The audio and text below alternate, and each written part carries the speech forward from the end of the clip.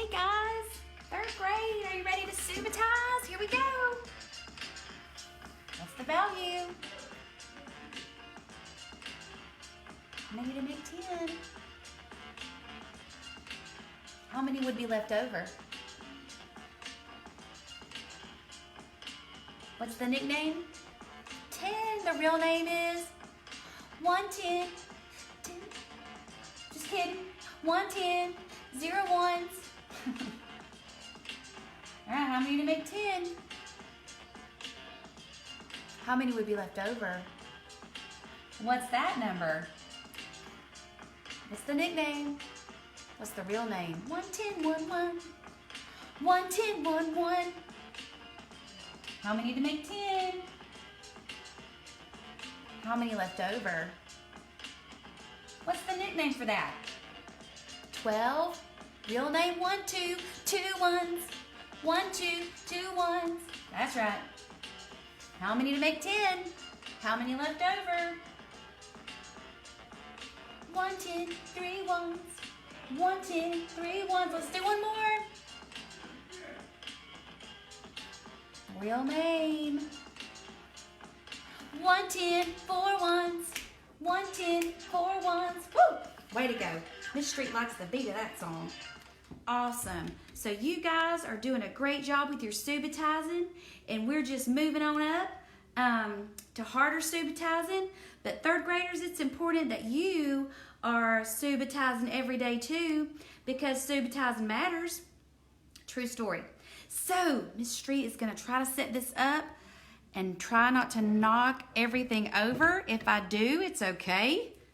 I mean, it'll be fine. Oh my goodness, Miss Street. Okay, very good. So you guys, we are working with fractions, okay? And we've been talking about our good friend Turner. I don't know if you can see that, but remember, he is selling giant sticks of bubble gum at the fair. Customers can buy Turner's bubble gum in the following lengths. They can buy it in whole sticks, half a stick, third of a stick, fourth of a stick, sixth of a stick, eighth of a stick. Miss Street challenges you to say that 5 times fast. Okay? In order to quickly package and sell the bubble gum, Turner has asked us to create a chart showing the different bubble gum lengths. So we've been doing that this week. We've been doing that with our rectangles, but Miss Street also added gum discs. And a disc like a CD or a DVD is like a circle round disc, because in first grade and second grade, you boys and girls, when you were in that grade, you learned how to partition your circles and rectangles like we're doing here in third grade. So instead of just doing a rectangle of gum, I wanted to do a circle too. So we've done halves, thirds, and fourths. Halves, thirds, and fourths. I encourage you to keep these pieces because you can still use them. So next, our standard asks us to partition in sixths. Woo! Sixths, okay? So I know that thirds and sixths are in the same related fraction families. You ask me how I know this. I know because of my subitizing skills and just thinking about numbers. So if I have thirds here, how do you think Miss Street can make this into sixths? Equal parts. Remember, when we talk about equal parts, that means they have the same area. So this area, the space, is the same as this area and the same as this area. So let me start with thirds. That's what I'm going to start with. And we can do this by folding the rectangle, and I'll show you how to do that for thirds. You can take one end of your rectangle and you would fold it over to where you see it looks like you're almost halfway over. That way. And then you press it down to the crease, and make a crease, excuse me. Then fold it back over. Then you can take this end and you go to the crease you made on the other side, and then make a crease. And then you can see, my light is not very bright on this side of the house, but you can see where I made thirds, right? Do you know how to make sixths? What can we do? I know I can take each third and partition it in half, and that's going to give me 2 parts, 2 parts, 2 parts. And in first grade, we practiced 2 plus 2 plus 2. We added 3 numbers. What is that? 6 parts. All right, Miss Street's going to fold it over. I'm going to line up, measure my lines there, make sure they're equal. And then I'm going to fold over this side halfway. And then all I have to do with my marker is just trace. And, you know, if you're making your own fraction bars, I thought about this morning when I was getting ready. You may want to use different colors, or maybe Miss Street will show you how we can use crayons to color our parts, our fraction bars, different colors to help us keep up with them. So there I have 6 equal parts, and that means the area, the space in this 6 is the same in this one, this one, this one, this one, and this one. True story. So let's go over here and do it with our string, because Miss Street was really trying to make connections, especially for upper grade teachers and upper grade math. This is what we did with fourths, and if you're just now tuning in, what we've been doing, we took the string around the whole disc, or whole circle, and it fits all the way around. We take the string and we partition it into the equal parts that we're doing. So we're getting ready to do 6 equal parts. Then we wrap the string back around the disc, and it shows us where to partition. Because partitioning circles can be hard, but it also helps you to see how we're finding the area for the equal parts for the circle. True story. So here is my string. Okay, I'm going to try to do it just like I did my rectangle here. First, I'm going to divide it or partition into thirds. So I'm going to take my washi tape. Hope you can see me. I tried to raise the camera up good, but I don't know. I think you can. So I'm going to take my washi tape and partition this string in half. Just kidding. Just kidding. In thirds. My bad. This one's hard. Wonder if I could do it the way I showed you. If I took this end of the string and went halfway across this way, I think I could do it that way. And then put my piece of tape there. And then take this string. Come on, tape. Work with me now. I'm going to go ahead and tape it there so I don't lose it.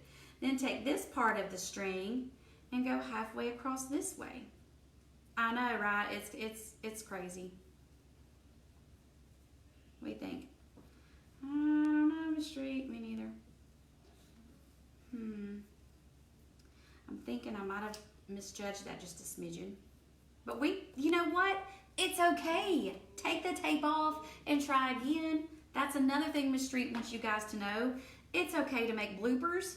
It's okay to mess up. Nobody's perfect. True story. If somebody says they are, they're not telling you the truth. All right, so I'm looking to see if I'm dividing that in half. Isn't that funny how we're using halves to make sixths? I think that's interesting. Okay, we'll try here. And you know what? We'll just go on. If it's not perfect, it's really okay.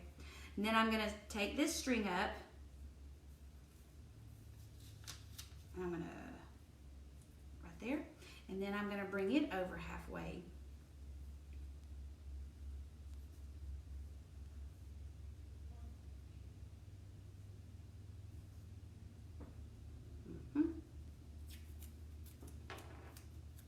Think that's close? I don't know. The street's struggling. So, what do you think? You think we did okay? It's not perfect.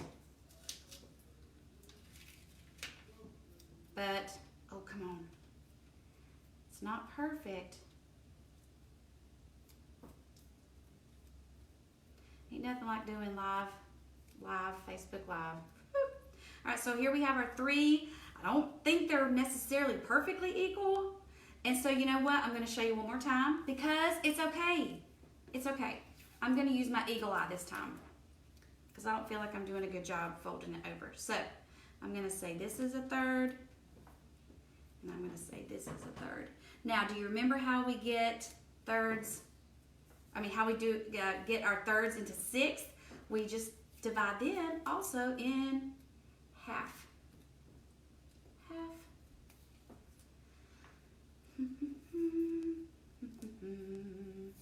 Boy, Miss Street's taking way too long on this one. And I know it. I know, people. Sure. Okay. And here. It's not perfect.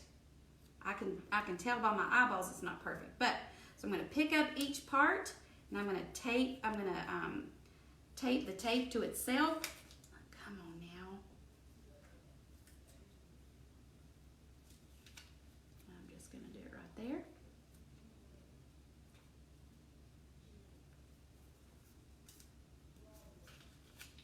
I'm going to tape right there. Phew, this one's really giving Miss Street a fit, y'all.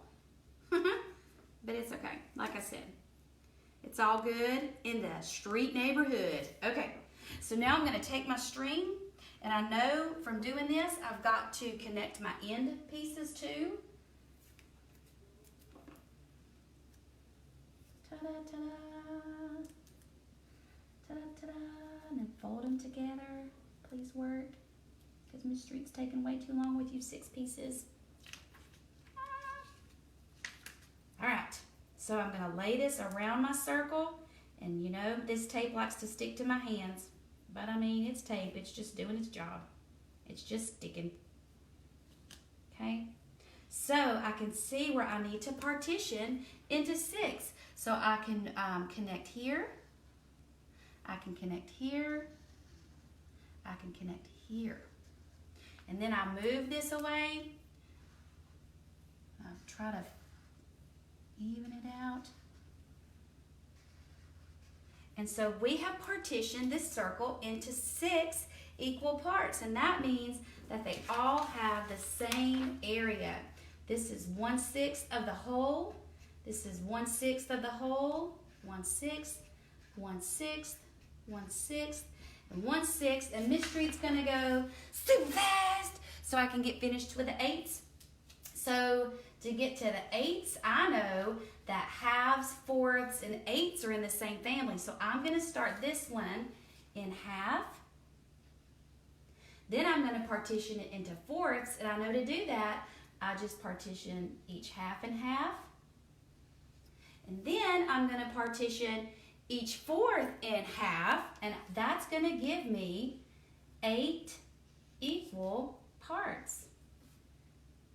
And we label these like this: 1/8, 1/8, 1/8, 1/8, 1/8, 1/8, 1/8, and one more time, 1/8. Okay, I didn't show you with the clock, but I'll do that tomorrow. And then I'm going to do it real quick on the disc. I'm not going to use my string this time, but you can use your string if you're doing it that way.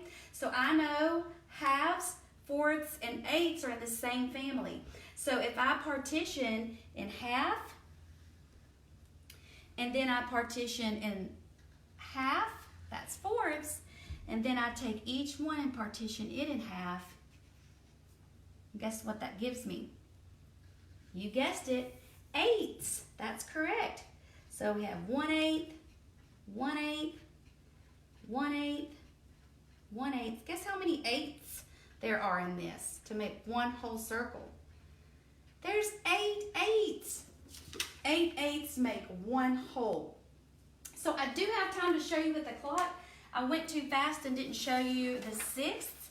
So remember our telling time. We can use our clock to help to look at this too. We look at the equal parts. Yesterday we did fourths or quarters, and we talked about quarters. We talk about quarters when we have 4 of something, usually. So on a clock, a quarter of time is 5, 10, 15 minutes. So what that means is there are 4 15 minutes sections in 1 hour. Here's 15 minutes, 15 minutes, 15 minutes, and 15 minutes. So that's a quarter past, a quarter till the hour, and we know from Ms. Ramsey that's half past the hour. So that's something we're going to look at too. But remember to partition in thirds. We came down like this. We used our circle, our string to help us. So that's thirds. And now in order to get sixths, all I have to do is partition each third in half. So half there, might have to move it, half there, half there. That straw's not perfect, but so in sixth of minutes, or a sixth of time, we have, you can see the amount of time that's in each sixth of the hour. And then eighths, simply, we just, like we had our fourths here, our quarter hours, we take each quarter hour and we cut it in half. Miss Street's eggs are going all over the place. I'm nervous because I went too fast and my string didn't work. So that's why Miss Street gets a little flustered, but you know what? It's okay. It's okay. So here we're showing our eighths on our clock, and we can see the time that feels. So I hope you guys have enjoyed this. Tomorrow we're gonna wrap up Turner and his gum, and I'm gonna show you how to keep your fraction bars, and we'll put them in a baggie so that way you'll have them for when we continue our work with fractions. I love you guys. I hope you have a great day. I'll see you guys tomorrow.